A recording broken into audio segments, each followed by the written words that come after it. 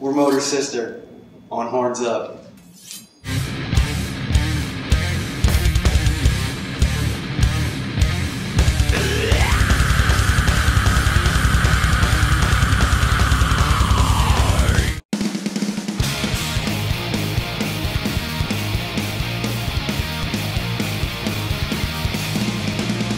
Jim had a band called Mother Superior, and he wrote a whole bunch of really great songs that we were all really big fans of, so we played them at my 50th birthday party. Even through the years of playing with Mother Superior, these guys would show up at the shows, and, you know, we've known each other for a long time, so we have been friends for a long time, so it was easy to get together. And as for some kind of huge plan of where it was going to go, we were just really having a party and playing the songs for fun. And I guess people liked it because here we are. It's stuck. Yeah, that's it. They're really good songs. The music was existing, and we just wanted to hear it again because the band was sort of defunct at that point, Mother Superior.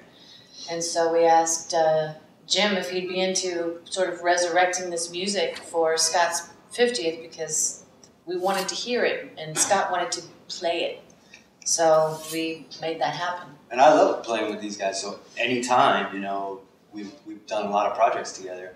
So it was just kind of like, yeah, let's have some fun, and then through word of mouth. I mean, the very first time that we played together with Joey and Johnny, it just was like, okay, this sounds really good, you know, so it wasn't even a plan or anything. It's going ahead because we're a good band together. I mean, wouldn't it suck if we sucked? I know. We don't have that problem though, so we don't have to worry about that. If we would have had that rehearsal, we had a rehearsal at our house the night before the party. And if after rehearsal, if I would have emailed all you guys and said, it's not working out, party's off. We'll play the records. Never mind. Cancel the party. No, we knew right away from the first time that we all played. Everybody was smiling, and some of us were crying. And yeah, it was big. It was big. It was a big deal. Yeah. To hear it again and to hear it this way with these players, and we all love each other and we all love the music. So it was like, whoa, this is rad. It was just so much fun. Yeah, that's what. Yeah, it was just fun, and it was over so quick. yeah. We said, wish we'd had more songs. But now it's not over. No, yeah. Right. Now it's going on, going ahead. And the small group of people that was at the party, they had the same reaction, you know. So we knew that we were turning them on, you know. And it was, you know, just a fun thing, and that's the way that we want to keep it too. The spirit and the energy of it is all about rock and roll, which to me means let's have a good time. My clouded memory has got no recollection. You told me whispers, but we had a bad connection. That is footage from the way we recorded in a circle. Like, you know, played the songs 2 or 3 times to like make them perfect, you know, but each time we played them, everybody was trying to play a perfect take, you know. And I don't remember exactly how many takes we did of each. Not that many, because we finished the album in 2 days. Yeah. Yeah, it's a live record. Yeah. It's a live album in the studio. And Jay Ruston was in the other room. You know, obviously we listened to what he was saying, and when he would walk in the room and say, yeah, then it was like, all right, let's move on to the next one.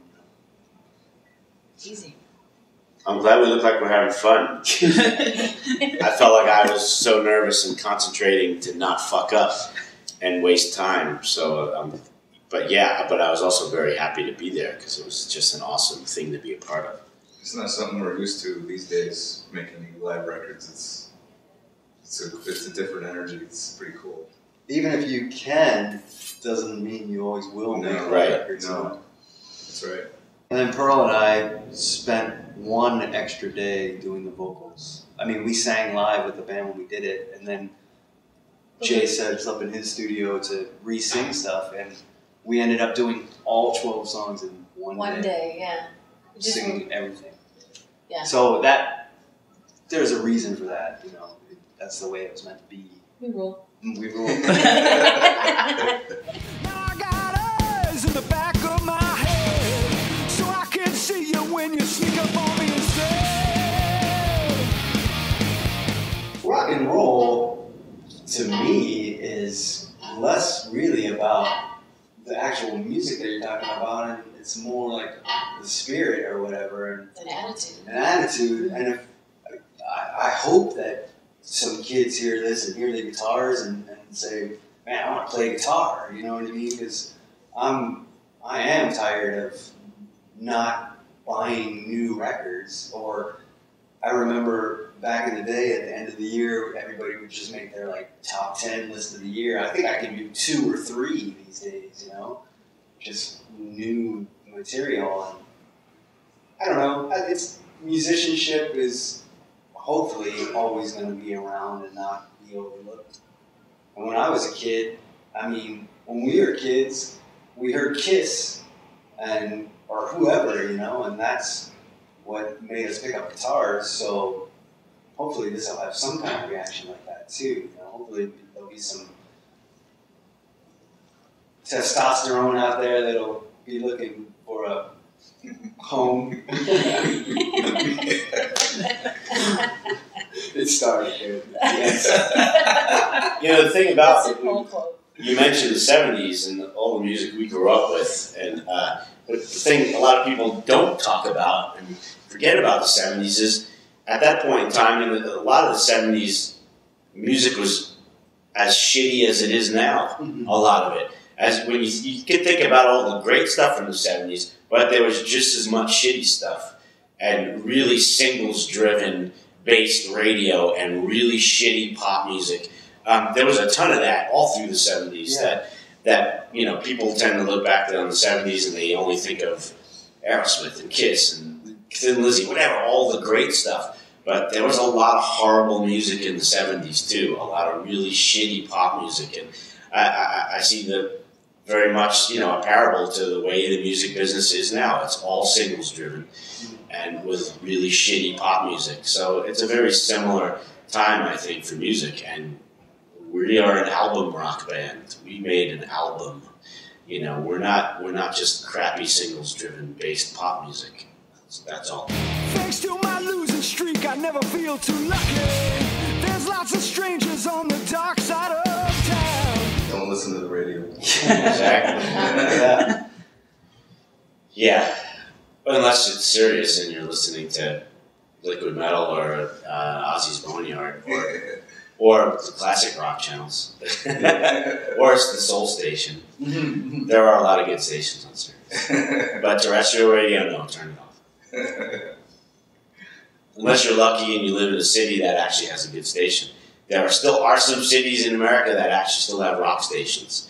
You know, there are, yeah, because we go out and play these radio shows like, you know, Rock on the Range or other shows like that. In Midwest, there's still a lot of, I know specifically WJJO in Madison, Wisconsin is like a great rock station.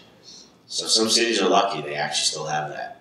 But, you know, it's crazy that New York and Los Angeles, like the 2 biggest cities in the country, don't have actual rock radio stations. It's nuts. And if you're seeing ghosts but never get a picture, it's a fact the camera's never gonna let you down. I saw the new song. I didn't watch the Grammys. We were traveling when they were on, but I love the album, and it's AC/DC, you know. Nice to see Chris Slade back behind the kit, and they sounded great. The Rock and Bus sounded great.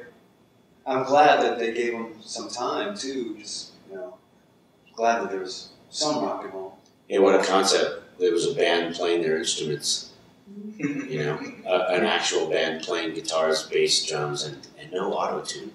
And they wrote their own songs, too. That's what a concept. Wow, it sounds familiar. They wrote their own songs, unlike almost everything else on the Grammys.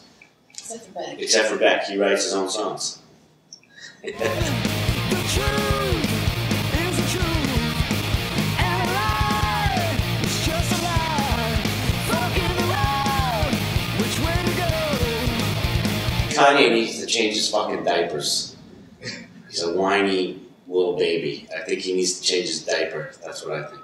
And it's totally unfounded, too. Yeah. mean, nobody in any genre could actually. It doesn't make any sense because Beck played every instrument and he wrote every word and he produced it and he sang it and he, you know, that's artistry and he won for that. And that's how it should work, I think. I mean, and just the idea that if he didn't know who Beck was, then he should do his homework. Yeah, then he's not respecting artistry. artistry. Nothing against Beyonce, but we get enough Beyonce. Like, does she need to get another Album of the Year award? I'm gonna stop it. I won't. And it reminds me also of in the 70s on the Grammys, Charlie Rich read the Country Artist of the Year, 1974, 72, 73, 74. He read the nominees of Country Artist of the Year, and before he announced the winner, he took a Zippo out and started burning it. Said the winner is John Denver. And the thing was on fire. Wow. So, it's, you know, there's been some weird stuff through the years, too. That's great. Yeah. I don't know what happened after that, like when John Denver came up. It's around the videos. That's awesome. Wow. You're so ambitious, they keep telling you that wishes always sometimes are gonna come true.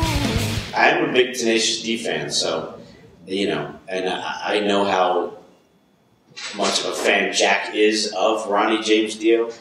So if anyone who's out there saying, you know, it's bullshit, you know, that a comedy act or this or that, I mean, I get it. They're not a metal band. Maybe they shouldn't have been in the metal category. I understand that if you put it in that context. But Jack is a massive Ronnie James Dio fan. You can't take that away from him. It's not Tenacious D's fault. It's the Grammys' fault. It's the way the whole operation is run. It's the way that system works. It's the way the voting works. So don't complain about Tenacious D. Just stop watching the Grammys if it bothers you so much. I don't pay attention. It's nice that a little light it's getting shined onto Ronnie too. Yeah, exactly. You know? It's cool that two of the nominees in that category were Ronnie James, you know, Dio-based songs. Well, ours was a Sabbath song, obviously, but still, you know, it was based around Ronnie James Dio. So yeah. Will he get a Grammy for it? I don't know if he. He didn't produce that didn't. track. No. Before we get out of here, any update on the new Anthrax album? Yeah, it's being recorded right now. Joey's in LA singing. It's almost done? No. Any final words for the people watching right now? Let's rock. Listen to Motor Sister. Yeah. We're awesome. It's the best rock and roll record since Appetite era Guns N' Roses.